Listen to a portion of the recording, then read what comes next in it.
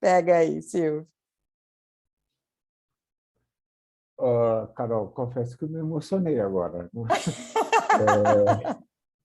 Mas muito bem, vamos por partes. Eu sou Silvio Urbano, de fato, isso é um fato, né? Eu sou Silvio Urbano, tenho 57 anos, quase 58, o ano que vem, não, no mês que vem completo 58. E sou um dos iniciadores, né, do grupo pioneiro do Germinar no Brasil. E aí, de fato, eu fui pioneiro na Argentina, no Chile, no México, e agora em julho, quizás, né, oxalá tudo dê certo, na Colômbia. Então serão 5 países onde o Germinar vai estar presente. Que mais de mim? Bom, eu vivo com meu companheiro Selim, que a gente vive juntos há 32 anos. Muitos de vocês devem conhecê-lo, e porque a gente trabalha na mesma área, né, com antroposofia, com desenvolvimento de pessoas, então já nos cruzamos no Germinar, no aprofundamento. Quem conhece a jornada, a gente está junto também trabalhando ali. E, nossa, me perdi. Fiquei tão emocionado que eu me perdi. Mas, ok.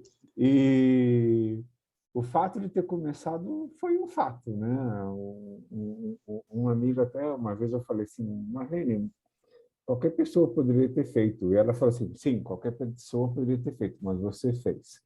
Então, eu ainda tento me conectar com essa questão de que eu comecei o Geminar.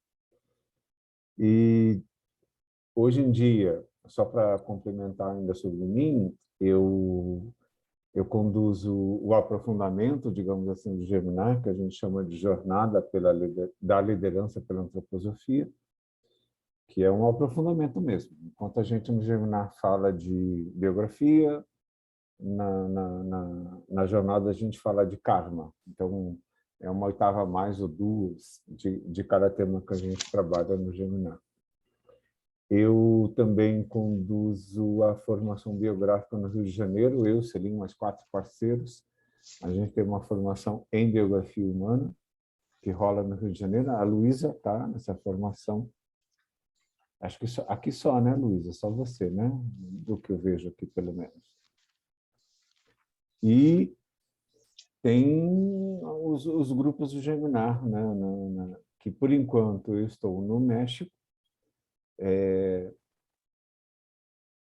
para começar em julho na Colômbia, e para começar também em julho ou agosto, se não me engano, em Franca, aqui em São Paulo. Então, no Chile eu já não vou mais, na Argentina já não vou mais, e no México falta pouco para não ir mais. Então, mas acho que esse é o propósito do Geminar também, né? Ter pessoas locais que não dependam de São Paulo, do Brasil, ou seja lá onde for, para que a história possa acontecer. Então, eu me sinto muito confortável de ter iniciado e saído e deixado o impulso correr.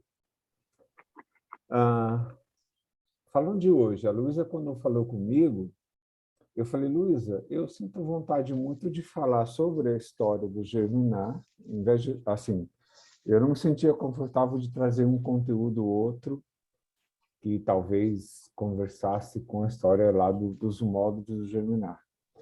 Então, preferi trazer um pouco da história do Germinar, como é que chegou até o Germinar acontecer, e um pouco do que está por trás de toda a história do Germinar, que é a pedagogia social, que é um termo que as pessoas acham meio estranho, né? Pedagogia, porque criança, e social é fazer as crianças brincarem. Não, é uma outra história que a gente vai falar daqui a pouco, né? Apesar do nome pedagogia, o nome era outro, mas isso vem nos detalhes depois. Então, eu peço a permissão para vocês de começar uma apresentação. Se alguém tem uma pergunta, posso ainda responder, senão eu começo a apresentação. Posso começar? Então, tá bom. Aqui é... Está todo mundo vendo isso aí? Como surgiu o programa Geminar? Eu aqui diminuo as pessoas, então não tenho ideia. Se vocês tiverem alguma pergunta, intercedam aí junto à equipe, e a equipe me fala. Mas só para começar, como é que surgiu o programa Geminar?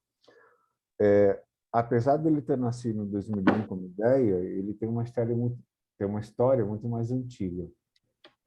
Então, assim, no final do século XIX até o início do século XX, surgiu um movimento chamado antroposofia. E tem esse cara, Rudolf Steiner, que morreu em 1924. Então, ele começou atuando no final do século XIX e adentrou o século XX e trouxe a antroposofia. Antroposofia significa antropo é o ser humano, sofia é o conhecimento. Então, é o conhecimento do ser humano, através do ser humano, a partir do ser humano. E ele começou toda essa história. Só que a antroposofia... Eu posso pedir para desligar o áudio de alguém aí? Obrigado. Então, a antroposofia, como filosofia, ela nasceu muito ligada a essa questão do pensar. Então, era muita palestra, muito conteúdo, muita discussão, e aí fica anos nessa história, sem muito o que fazer com isso.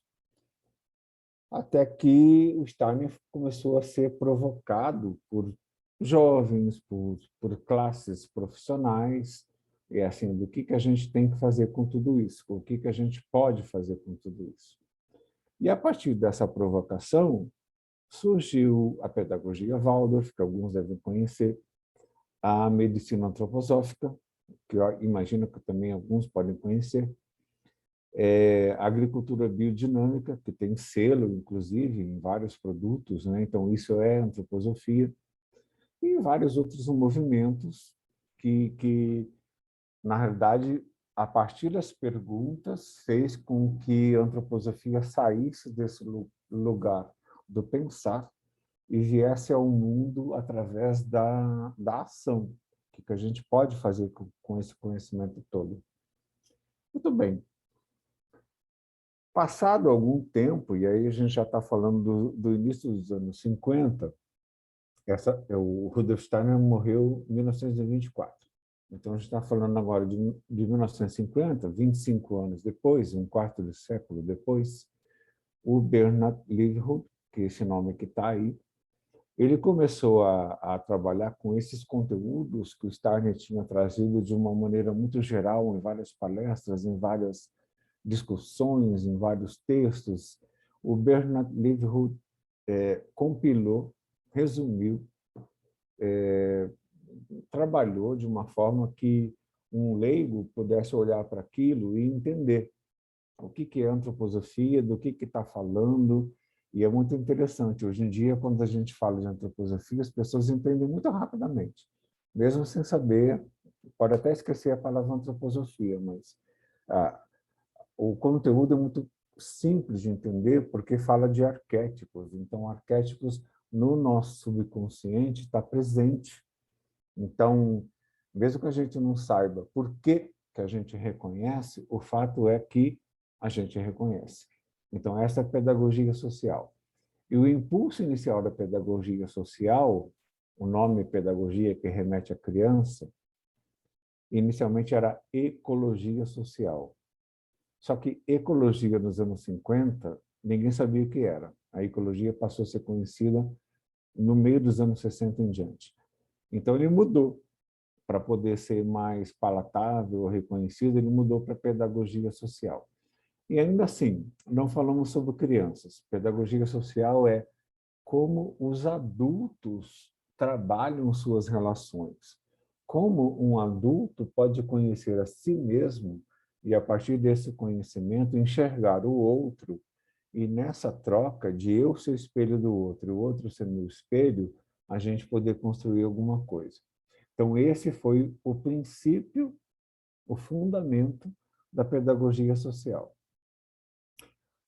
Nos anos 70, início dos anos 70, o Livroth, percebendo que muita gente ia lá falar com ele, entender sobre a pedagogia social, e muitas dessas pessoas queriam mais e queriam se aprofundar mais e queriam se juntar a ele até, ele fundou o NPI, que é um Instituto Holandês de Pedagogia, essa sigla original, né? Instituto Holandês de Pedagogia. E nesse instituto, ele trabalhou, e aí ele organizou até todo o conhecimento que ele tinha, tudo que ele vinha trabalhando, tudo que ele vinha estudando, em sistemas ou imagens muito simples que as pessoas poderiam olhar e reconhecer a pedagogia social e a antroposofia de uma maneira muito rápida, muito simples. E esse é o NPI.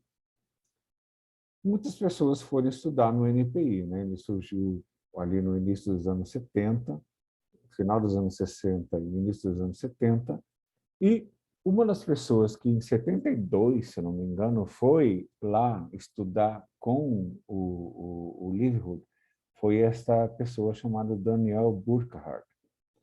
Ele hoje vive em Florianópolis, é um suíço, como chama isso? É brasileiro? Ele tem a cidadania brasileira, naturalizado brasileiro, e ele hoje vive em Florianópolis, e ele foi estudar, foi conhecer toda a metodologia do NPI em 72. Voltando para o Brasil, com tudo isso na cabeça dele, ele ficou 2 anos lá com o Liverhood, com todo esse conhecimento, ele voltando para o Brasil, continuou trabalhando, mas logo em seguida fundou ou iniciou uma consultoria que a gente pode hoje chamar antroposófica, que foi chamada ADIGO na época, né? ADIGO é uma sigla que significa Apoio ao Desenvolvimento de Indivíduos, Grupos e Organizações. Nessa ordem, porque faz parte da pedagogia social esse conhecimento, essa prática de que toda mudança, toda transformação que tem que acontecer num grupo, numa família, num condomínio, numa sociedade, só vai acontecer partindo do indivíduo. Então, o indivíduo tem que ser devidamente tocado, provocado e assim por diante, para que ele, esse indivíduo, nesse movimento individual, comece, então, a trazer para o grupo esse seu questionamento, e o grupo, então, movimentado, movimente as organizações, e essas organizações, por fim, envolvam a sociedade nessa transformação. Nos anos 90, foi pedido para a Digo, uma pergunta, né, que veio para a Digo, como é que isso pode ajudar as empresas. Nesses anos 90, havia uma coisa chamada reengenharia, esqueci o nome agora, mas significava que eu tinha que olhar uma empresa e perceber, aqui eu demito 30, ali eu mudo não sei o quê, ali eu junto 3 áreas e não sei o quê. É reengenharia, simplesmente, não tem outra palavra, não. De processos? Reengenharia de processos? Reengenharia de processos, pode ser, mas a questão é, o que veio para a Digo é, ok, a gente é muito bom nisso, mas a gente não sabe o que fazer com as pessoas que estão envolvidas nesse processo. Então, assim, demite, manda para casa, deixa ali, e não sei o quê. Então, a pergunta era, ok, entendemos que a gente tem que mudar muito os processos e como as empresas funcionam, mas como é que eu trabalho com as pessoas? E aí foi desenhado um processo específico para uma empresa que fez a pergunta. Nessa empresa estava o Celino, companheiro, que viu isso tudo acontecer, e deu tão certo, né, assim, nos processos que essa empresa trabalhava, em 2 sentidos, que começou a ajudar muito os clientes e que várias pessoas que viram essa formação saíram dessa empresa e foram para a Digo, né, queriam trabalhar mais com esse conteúdo em outros lugares, em outras atuações. Eu fiz essa formação em 99. Eu já morava no Rio com o Selim. Eu fiz essa formação em 99 e aí me chamou muita atenção. Assim, nossa, isso não deveria ficar só comigo, com as pessoas que estão aqui. E aí veio 2001, 2000, onde eu já tinha feito a formação de consultores e fui estagiar. E nesse estágio eu conheci um cara da Argentina chamado Ricardo Xavier, o Javier com J, que me fez a pergunta de como é que ele estava trabalhando com esses conteúdos em vários grupos, né, que ele era contratado, vários de origem agro, oh, meu Deus, agricultura. Então, tinha uma pergunta dele que ele percebia que tudo que ele estava aprendendo na Digo ajudava muito no processo desses grupos, mas ele temia que, quando o contrato de trabalho terminasse, que esses grupos não eram os contratantes. Quando esses contratos terminassem, os grupos iam ficar à deriva. E a pergunta dele era o que eu achava, Silvio, de levar essa formação da Adigo, né, que vem lá desde a antroposofia, para um grupo que não era de São Paulo, que não era de grandes empresas e assim por diante. Eu gostei muito da ideia. Juntos fomos falar com os fundadores da Adigo, isso em 2001, como ideia. Os fundadores da Adigo disseram ok, podem seguir, e a gente, então, em 2003, começou como prática do Germinar. Então, o Germinar como prática nasce em 2003, 19 anos atrás, é isso? E como ideia, nasceu em 2001, 21 anos atrás. Muito bem. Só que o que está por trás do que a gente faz, ou fala, ou deixa de falar, ou deixa de fazer no Germinar, é a pedagogia social. E a pedagogia social, conforme eu falei para vocês antes, começa com essa premissa de que tudo principia no ser humano. E aí a gente vai galgando os processos de grupo, organização, sociedade. Mas como ser humano, encarando o ser humano, como é que a antroposofia ou a pedagogia social, e aí eu quero deixar bem claro que tudo que a gente vai falar a partir de agora está presente no Germinar. Seja como ideia, seja como discussão, seja como prática, mas tudo está presente no programa do Germinar. Então, começando pelo ser humano, existe uma compreensão de que o ser humano, além de cabeça, tronco e membros, essas três partes representam três faculdades do ser humano. Cabeça, pensar. Então, o que a gente pensa? A gente pensa aquilo que a gente conhece. Então, todo o nosso pensamento, mesmo que seja projetando o futuro, ele é baseado no que a gente conhece. Então, eu não consigo, isso é humano, gente, eu não consigo imaginar um futuro que não tenha como base algo que eu vivi, algo que eu conheci, algo que eu recebi. Então, todo o nosso pensar é direcionado a esse nosso passado. Então, eu nasci num lugar, numa família, num bairro, numa cidade, num estado, num país. Então, toda essa cultura me acompanha no momento que eu nasço. Então, toda essa cultura vai me acompanhar no pensar praticamente por toda a biografia. Eu posso até mais lá na frente questionar, querer seguir, não querer seguir, mas ela está na base do meu pensar. Então, quando eu penso alguma coisa hoje, ele está baseado nesse meu passado, seja o recebido ou seja o estudado. Eu posso ter estudado muita coisa, então hoje o meu pensar está baseado nisso. E todo o meu futuro, todo o meu pensar do futuro, não dá para imaginar algo no futuro que não esteja baseado naquilo que eu vivi. Então, isso é o meu pensar. No coração, ou digamos no tronco, né, cabeça, tronco e membros, no tronco está essa capacidade do sentir. Então, eu tenho uma história, eu tenho um monte de coisas que me acompanham desde que eu nasci e agora acontece algo, um evento, um fenômeno. Esse evento ou fenômeno, não quero nomear nem dar exemplos, esse evento ou fenômeno acontece. E aí, baseado na minha história, nos meus valores, no que eu recebi, no que eu carrego até hoje, esse fenômeno pode gerar em mim duas coisas, simpatia ou antipatia. Eu concordo com isso ou eu não concordo com isso. E é interessante notar que este mesmo fenômeno, em duas pessoas distintas, pode ter resultados opostos. Então, eu e você, eu olho para isso e gosto, você não gosta. Ou o contrário, você gosta e eu não. Então, tem dois sentires, né, simpatia e antipatia, que tem muito mais a ver com a nossa história do que com o evento em si. O evento é um evento, mas eu gostar ou não dele é da minha história e é da história sua, que está comigo olhando isso acontecer. E aí acontece o quê? A partir desse evento, eu sinto simpatia, eu vou fazer alguma coisa a respeito disso. A partir deste evento, você tem antipatia, você vai fazer alguma coisa a respeito disso, ou pelo menos vai querer fazer alguma coisa a respeito disso.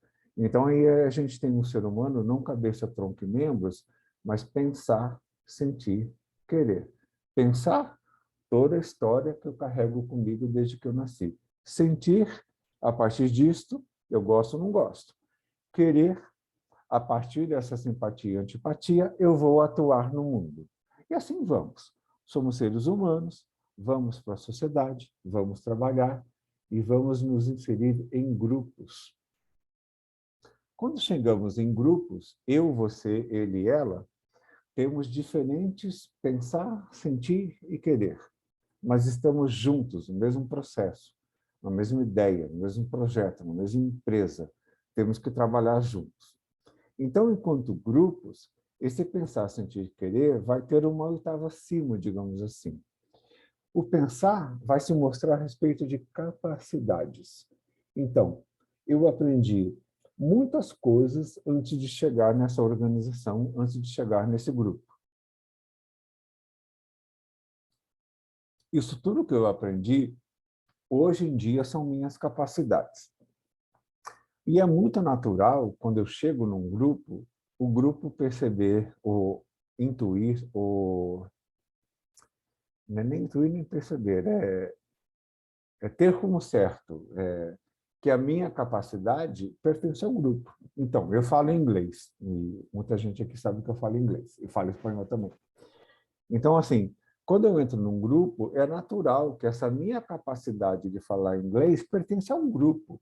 Então, toda vez que o grupo tiver um visitante que fala inglês, né, ou não fala português, a única língua que ele consegue se manifestar em inglês, eu sou a pessoa, independente do que eu seja. Posso ser faxineiro, eu posso ser da cozinha, posso ser de algum lugar. Mas já que eu falo inglês, quando chega esse alguém, essa capacidade pertence ao grupo. Então, sou eu escalado para falar com essa pessoa. Então, essa é a capacidade. Todo ser humano chega num grupo de trabalho com capacidades instaladas que pertencem aos grupos. Só que todo ser humano também chega com necessidades. Então, eu estou aí, né? Eu falo inglês, falo espanhol, posso ajudar, só que eu tenho 5 filhos e eu tenho que deixar cada um numa escola, porque são idades diferentes. Eu não consigo chegar no trabalho às 8 horas, só consigo chegar às 9 com trânsito, metrô, não sei o quê. Como é que essa necessidade é acolhida pelo grupo? E aí não, todo mundo tem que chegar às 8. Mas ok, a outra pessoa, ok, acorda, mora do lado, inclusive, é só tomar banho, se vestir e chega na organização. Eu não, eu moro a 20 quilômetros, tenho que deixar 5 filhos na escola e chegar na mesma hora? Como é que é isso? Como é que a minha necessidade é acolhida pelo grupo, já que a minha capacidade é quase que retida, né? Então, eu tenho uma capacidade e ela automaticamente pertence ao grupo. Eu tenho uma necessidade e esse grupo nem conhece essa necessidade. Então, na pedagogia social, faz parte conhecer os dois lados da moeda. Quais capacidades esse ser humano traz para esse grupo e quais necessidades ele também traz para esse grupo e como é que a gente conversa. E daí surgem os acordos. Então, fulano pode chegar às 9, ciclano tem que chegar às 8, ciclano pode sair às 6 e o fulano tem que sair às 5, porque tem que pegar os filhos todos na escola. Então, esses são acordos. Eu estou dando um exemplo muito raso, gente, mas em qualquer grupo vai surgir essa questão de capacidades que um traz e automaticamente pertence ao grupo, mas vai surgir necessidades que às vezes o grupo nem conhece. Então, deveria surgir em todos os grupos o interesse de identificar capacidades e necessidades e, a partir disso, criar acordos. Mas, muito bem, entramos felizes no campo das organizações. Já temos nossos acordos de capacidades e necessidades, e agora vamos olhar a organização como um espectro mais amplo, né? E aí, é necessário perceber que uma pessoa pode entrar numa organização porque quer um salário maior, ou porque ele percebe que ali ele fazia algo que não gostava e aqui ele pode fazer algo que ele gosta. Mas, de qualquer maneira, eu crio uma relação muito estreita com essa organização, quando eu vou trabalhar lá. E é muito, como chama, frustrante quando eu percebo que essa organização não me chama de Silvio Urbano, mas essa organização me chama de 32472, que é o meu número no registro do RH. Ou seja, eu não existo para essa organização. Então, quando a gente entra no campo da organização, é muito perceber que necessitamos, como organização, olhar, privilegiar ou dar uma atenção especial ao desenvolvimento humano. Uma vez uma pessoa me perguntou, mas eu tenho que olhar o desenvolvimento da organização ou da pessoa? E a minha resposta categórica, a partir da pedagogia social, é olhar o desenvolvimento do ser humano. Esse ser humano privilegiado, ele vai se dedicar muito a essa organização. Ele pode chegar num outro momento onde vai querer trocar de organização, mas isso faz parte do risco. Então, assim, a organização, nesse pensar, né, da social, ou até agora da organização, deveria estar focado em como ou o que este indivíduo quer desenvolver. Eu vou estar todo o apoio, mesmo sabendo que num médio, longo prazo, ele pode ir embora, ela pode ir embora. Mas, enquanto essa pessoa estiver aqui, a dedicação dela, e até posteriormente, porque vai haver aí também um sentimento de gratidão, de eu querer ficar nessa organização. Então, no nível do pensar, a organização deveria preocupar-se com esse desenvolvimento humano. No nível do querer, uma organização deveria se preocupar com a transparência financeira. Então, assim, e aí olhando até o Geminar, né? No Geminar a gente tem acordos que são olhados, necessidades que são olhadas, capacidades e assim por diante. Além do pensar e sentir querer que está nos 5 módulos, né? Já que a gente está trabalhando com o ser humano. E na questão da organização, o desenvolvimento humano já é o target, né? O objetivo do Geminar. A transparência financeira vem através da nossa forma de trabalho, que é um grupo olhar para essa questão.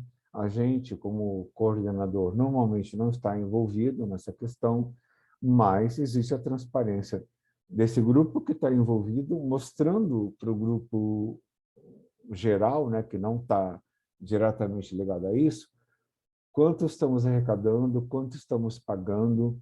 A remuneração dos facilitadores não altera se o grupo tem mais ou menos grana. Isso tudo é combinado nos acordos como grupo muito antes, então é tudo muito transparente.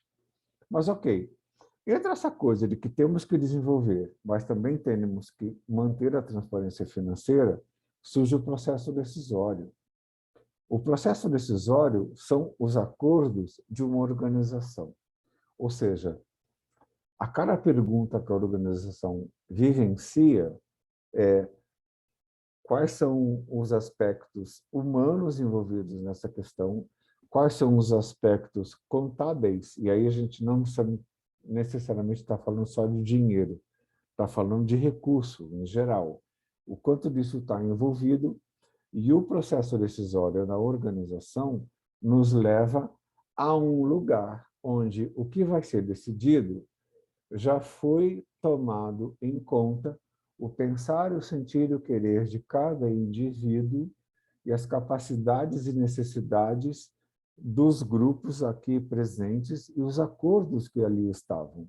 Então, nada vai ser muito modificado a ponto de voltar lá para o indivíduo pensar, sentir e querer. Isso é um acumulativo. Então, chegamos na organização. E o mais doido, talvez, de tudo, seja o que a antroposofia fala sobre sociedade.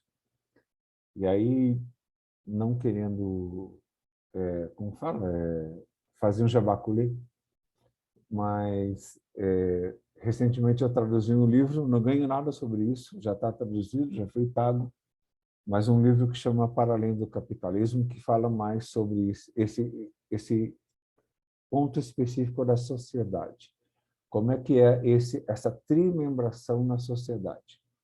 Então, para além de tudo que a gente falou, na sociedade a gente fala dos 3 ideais da Revolução Francesa, que é liberdade, igualdade e fraternidade.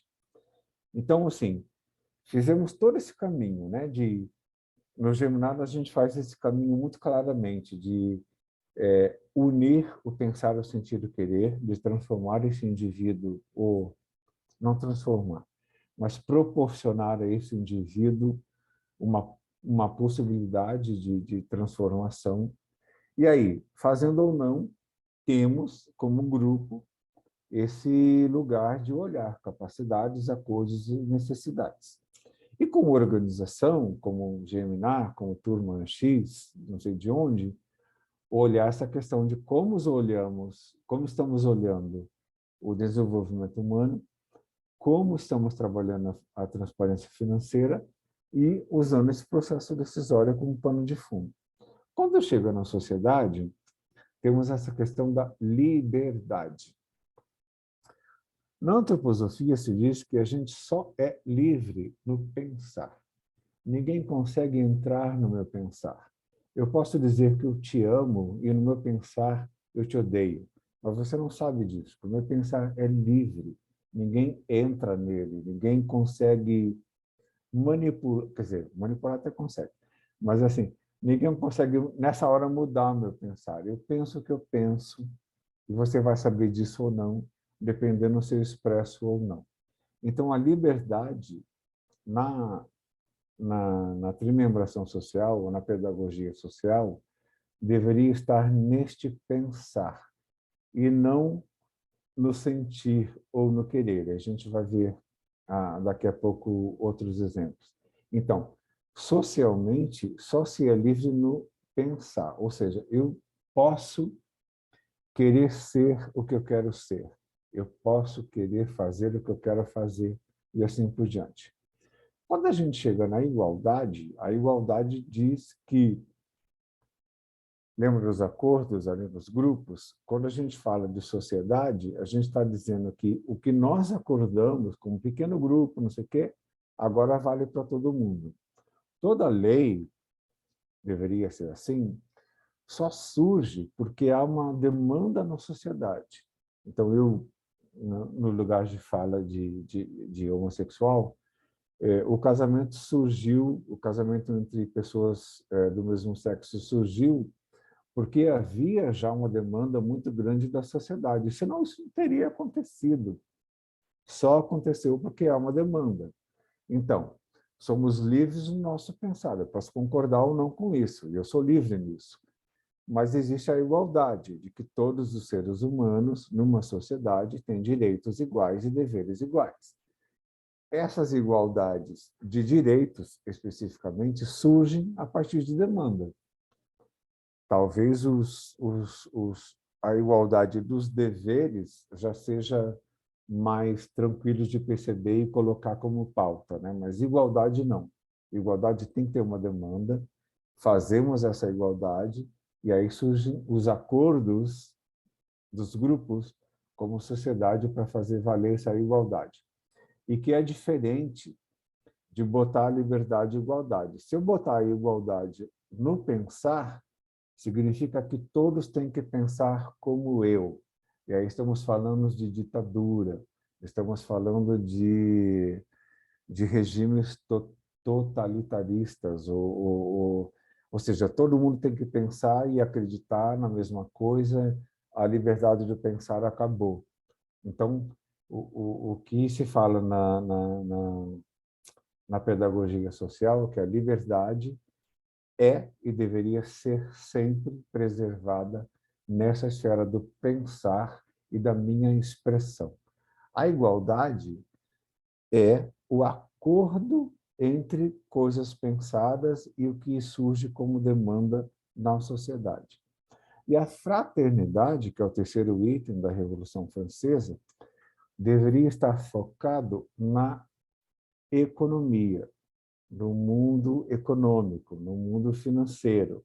Ou seja, liberdade no mundo financeiro significa que cada um é responsável pelo seu próprio sucesso, o que a gente sabe que é irreal, que eu nasci com uma condição social, racial, religiosa, não sei o quê, diferente de você.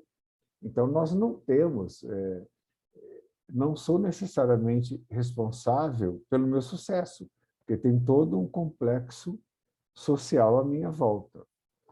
Igualdade no mundo financeiro significa que este copo custa R$15. Eu tenho R$15, então eu vou comprar um copo, 2 copos, 3 copos. Você não tem, você não vai ter esse copo nunca, porque esse copo custa R$15. Isso é igualdade financeira. Então, um pode, outro não pode. Então, se eu dissesse que o Germinar vale 10, 20, R$100, um pode, outro não pode. Este curso custa R$1.000, um pode, outro não pode. Mas isso é igualdade financeira. A fraternidade financeira ou econômica está em perceber qual é a minha necessidade, qual é a minha capacidade. E aí, por esse mesmo objeto, esse gato aqui que eu recebi. Então, por esse mesmo objeto, um pode querer isso e achar que é muito importante para ele, e ele consegue pagar 10, e outro também quer e acha que é muito importante para ele, e ele consegue pagar 100. Beleza, quem produziu isso ganhou 110 por 2 objetos, que valia 5 no início. Mas aí é levado em conta a necessidade e a capacidade. Voltamos no grupo ali. Então, assim, socialmente, só para acabar o meu conteúdo, lembrando que estamos falando da pedagogia social. E na pedagogia social, no último momento, falamos de sociedade, onde, sim, somos livres para expressar-nos, para desenvolver nossos talentos, e não é simplesmente falar o que a gente pensa. A liberdade no mundo espiritual está muito além disso. É eu me expressar com os meus talentos em busca de alguém que precisa desse meu talento. E a igualdade está nisso de, ok, vivemos em uma sociedade, então há leis, há acordos que nós dois vamos respeitar. A lei não é menos ou mais importante para mim ou para você. E, finalmente, na fraternidade, onde, na qual eu tenho uma capacidade e eu tenho uma necessidade, isso vai se expressar. A minha necessidade, e isso é uma lei intrigante da trimembração social, a minha necessidade deveria ser cumprida pela tua capacidade. E a tua necessidade deveria ser cumprida pela minha capacidade. E aí, com capacidades e necessidades se conversando, a gente segue numa sociedade saudável. E é isso que a gente busca viver na pedagogia social, de várias formas, uma delas, o Germinar. É isso. Falei muito. Falou tudo, Silvio. Muito obrigada. Muito bom ouvir. Uma honra poder ouvir também e conhecer mais profundamente a história, né, do Germinar, como é que se formou, as ideias por trás de tudo isso. Muito lindo. Muito obrigada. E agora, a gente preparou um momento de pequenos grupos, a gente tem gente de todo o Brasil aqui, de vários lugares, só para uma ressonância, uma pequena ressonância sobre o conteúdo que vocês ouviram agora. Então, acho que são 20 minutinhos. Sobre o que me inspirou estar aqui hoje, né? O que me trouxe aqui, né? O que eu vim buscar aqui hoje. O que me chamou a atenção desse conteúdo, e se tem algum insight, alguma questão. A gente vai, cada vão ser divididos em grupos, conversar um pouquinho. Depois, na volta, eu vou trazer a apresentação mais formal do programa Germinar, alguns detalhes. E a gente vai ter também as salas para esclarecimento de dúvidas em cada uma das regiões. Tá bom? Então, boas conversas. E até daqui a pouco.